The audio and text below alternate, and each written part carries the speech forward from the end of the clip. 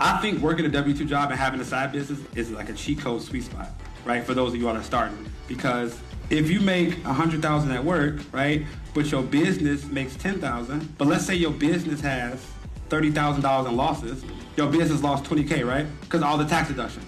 Does that make sense? That $20K doesn't go away. That $20,000 loss comes over here.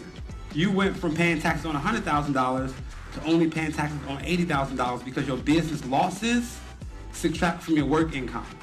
And now you're gonna get a huge refund check because you've been paying into the tax code as if you're making 100, but you're really only making 80.